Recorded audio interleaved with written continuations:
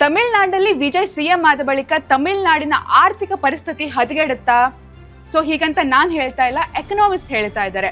So ಇತ್ತೀಚಿನ ದಿನಗಳಲ್ಲಿ ನೀವು ಗಮನಿಸಿದಾಗ ಬೇರೆ ಬೇರೆ ರಾಜ್ಯಗಳಲ್ಲಿ ಚುನಾವಣೆ ಅಂತ ಬಂದಾಗ ಈ ಫ್ರೀ ಬೀಸ್ಗಳು ಒಂದು ತಂತ್ರವನ್ನಾಗಿ ಉಪಯೋಗಿಸ್ತಾ ಇದ್ದಾರೆ.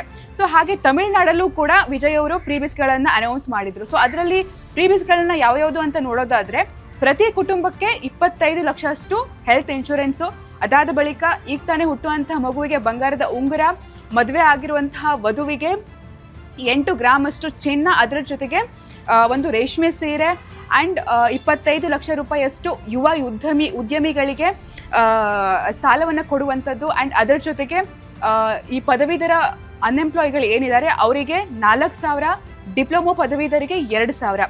ಅಂದರೆ ಈ ಪ್ರೀ ಬೀಸ್ಗಳನ್ನು ಅನೌನ್ಸ್ ಮಾಡಿದಷ್ಟು ಈಸಿ ಅಲ್ಲ ಅವುಗಳ ಇಂಪ್ಲಿಮೆಂಟೇಷನ್. ಅಂದರೆ ತಮಿಳುನಾಡಿನ ಒಟ್ಟು ಆದಾಯ ತೆರಿಗೆಯ 50% ಅಷ್ಟು ಈ ಫ್ರೀ ಬೀಸ್ಗಳಿಗೆ ಬೇಕಾಗುತ್ತೆ. ಅಂದರೆ ಒಂದು ವರ್ಷಕ್ಕೆ 1 ಲಕ್ಷ ಕೋಟಿಯಷ್ಟು ಫ್ರೀ ಬೀಸ್ಗಳಿಗೆ ಖರ್ಚಾಗುತ್ತೆ. ಸೊ ನೀವು ಫ್ರೀ ಬೀಸ್ಗೆ ನೀವು ಇಷ್ಟೊಂದು ಸ್ಪೆಂಡ್ ಮಾಡ್ತೀರಿ, ವೆಚ್ಚ ಮಾಡ್ತೀರಿ ಅಂತಂದರೆ ಆ ರಾಜ್ಯದ ಡೆವಲಪ್ಮೆಂಟ್ಗೂ ಕೂಡ ಅದಕ್ಕಿಂತ ಹೆಚ್ಚಾಗೇ ಬೇಕಾಗುತ್ತೆ.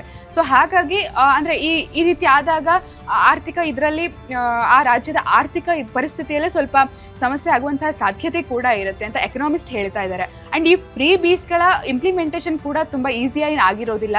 ಆ ಫಲಾನುಭವಿಗಳನ್ನು ನಾವು ಗುರುತಿಸಬೇಕಾಗುತ್ತೆ. ಆ್ಯಂಡ್ ಹಿಂದೆ ಈ ಥರ ಯೋಜನೆಗಳಿತ್ತಾ, ಅವುಗಳಿಗೆ ಈ ಥರ ಡೂಪ್ಲಿಕೇಟ್ ಆಗುತ್ತಾ, ಅದೆಲ್ಲದನ್ನು ನೋಡಿ ಮಾಡಬೇಕಾಗುತ್ತೆ. ಸೊ ಹಾಗಾಗಿ ನೋಡೋಣ, ನಿನ್ನೆ ತಾನೇ ಅವ್ರು CM ಆಗಿದ್ದಾರೆ ವಿಜಯ್. ಮುಂದೆ ಅದನ್ನು ಹೇಗೆ ನಿಭಾಯಿಸ್ಕೊಂಡು ಹೋಗ್ತಾರೆ ಅನ್ನೋದನ್ನು ಕಾದು ನೋಡಬೇಕಿದೆ.